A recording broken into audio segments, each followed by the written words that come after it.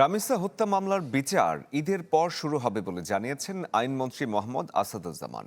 রাজধানীর মহাখালীতে এক অনুষ্ঠানে তিনি বলেন, ডিএনএ রিপোর্ট ছাড়া চার্জশিট দিলে বিচার প্রশ্নবিদ্ধ হতে পারে। এছাড়া মৃত্যুদণ্ডের মামলায় পেপার বুক তৈরির দীর্ঘসূত্রতা কমাতে সরকার কাজ করছে বলেও জানান তিনি।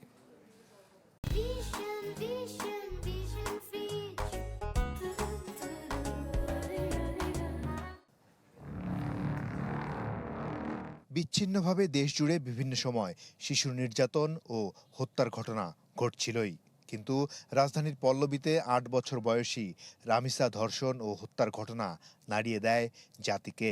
ঘাতকের দৃষ্টান্তমূলক শাস্তির দাবি উঠেছে দিকে দিকে।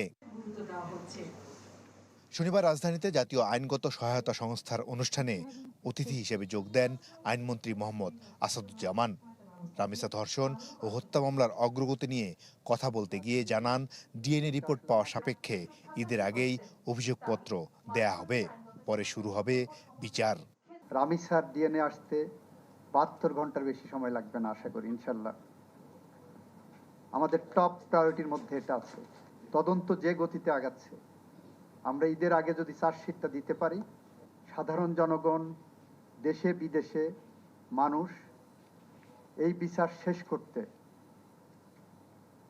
যতটা প্রত্যাশা করে, আমরা আশা করি সেই প্রত্যাশা পূরণ করতে আমরা সক্ষম হব।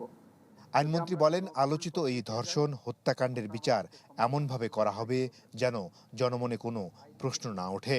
তাই অভিযোগপত্রে ডিএনএ রিপোর্ট সহ গুরুত্বপূর্ণ সব আলামত যথাযথভাবে হাজির করার উপর গুরুত্ব দেন তিনি।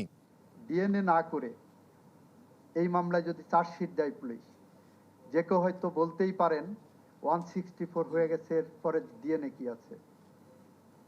এই ধরনের মামলায় DNA is a very important piece of evidence. আইনমন্ত্রী আসাদুজ্জামান জানান, মৃত্যুদণ্ড অনুমোদনের জন্য মামলা হাইকোর্টে গেলে পেপার বুক তৈরিতে দীর্ঘ সময় লেগে যায়। এই প্রক্রিয়া দ্রুত করতে সরকার কাজ করছে বলেও জানান তিনি। পাশাপাশি নেত্রকোনার মেঘলা ধর্ষণ ও অন্তঃসত্ত্বা হওয়ার ঘটনা নিবিড়ভাবে পর্যবেক্ষণ করছে সরকার বলেও উল্লেখ করেন তিনি। ডিএনএ রিপোর্ট আসার সাথে সাথে 25 তারিখ। মাসুদুর রহমান, চ্যানেল 24, ঢাকা।